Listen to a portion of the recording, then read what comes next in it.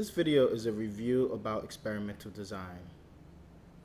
So I want us to imagine that you have a pet iguana at home, and your pet iguana loves to eat large mealworms.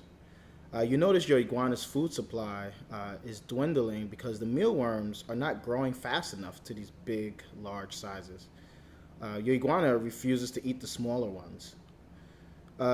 Your sibling or family member proposes that the mealworms are small because your room is just way too hot.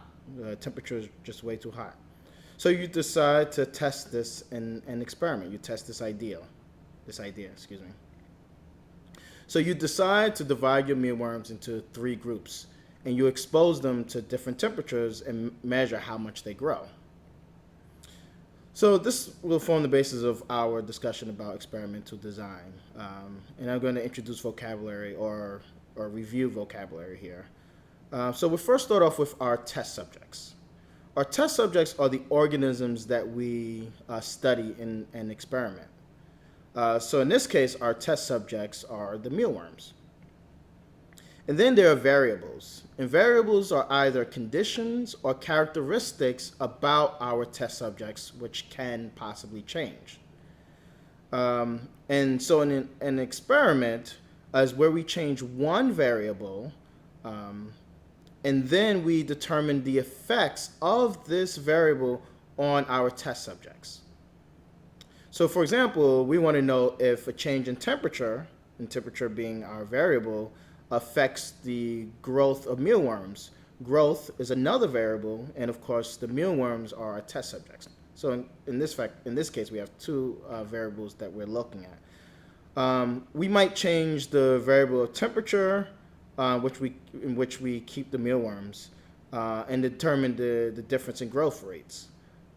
So this brings us to the different kinds of variables.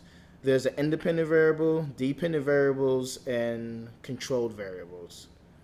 The independent variable is the one condition that we intentionally manipulate or change.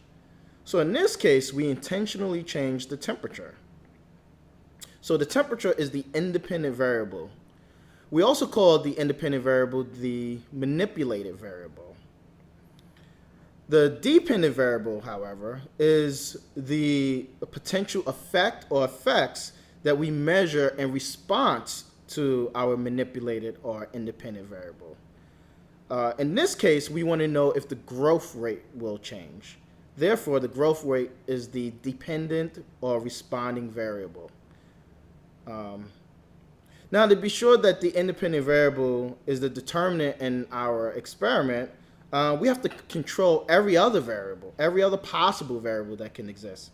So we have to make sure that the mealworms get the same amount of water. We have to make sure we give them the same diet.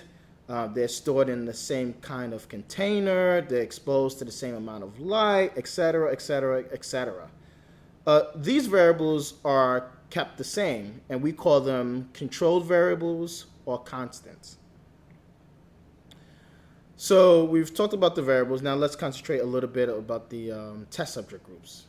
Typically, we'll have 2 types of test subject groups. One test subject group is the experimental group, and then there are the control groups. So recall an experiment that we have to compare groups of test subjects. So the groups of test subjects that basically, the groups of test subjects will be treated in different ways, or they'll receive different levels of some kind of treatment like the independent variable.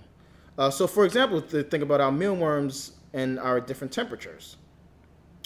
But in order to know that, that the manipulated variable has an impact, we first have to make sure that we have mealworms that receive normal treatment or normal conditions and mealworms that receive abnormal conditions.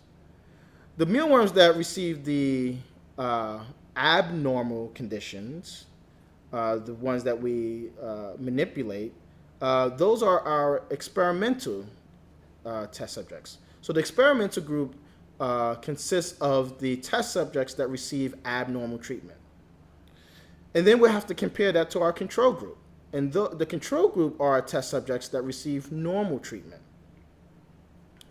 So, in other words, the experimental group, or experimental groups in this experiment, would be the mealworms that are in the different temperatures. The temperatures other than the normal, what's considered normal for mealworms. In this case, mealworms, the normal temperature is considered room temperature, about 22 degrees Celsius. So the mealworms in the room temperature will be part of our control group, while the mealworms in the other temperatures, either above or below room temperature, would be considered part of the experimental group. So let's just recap.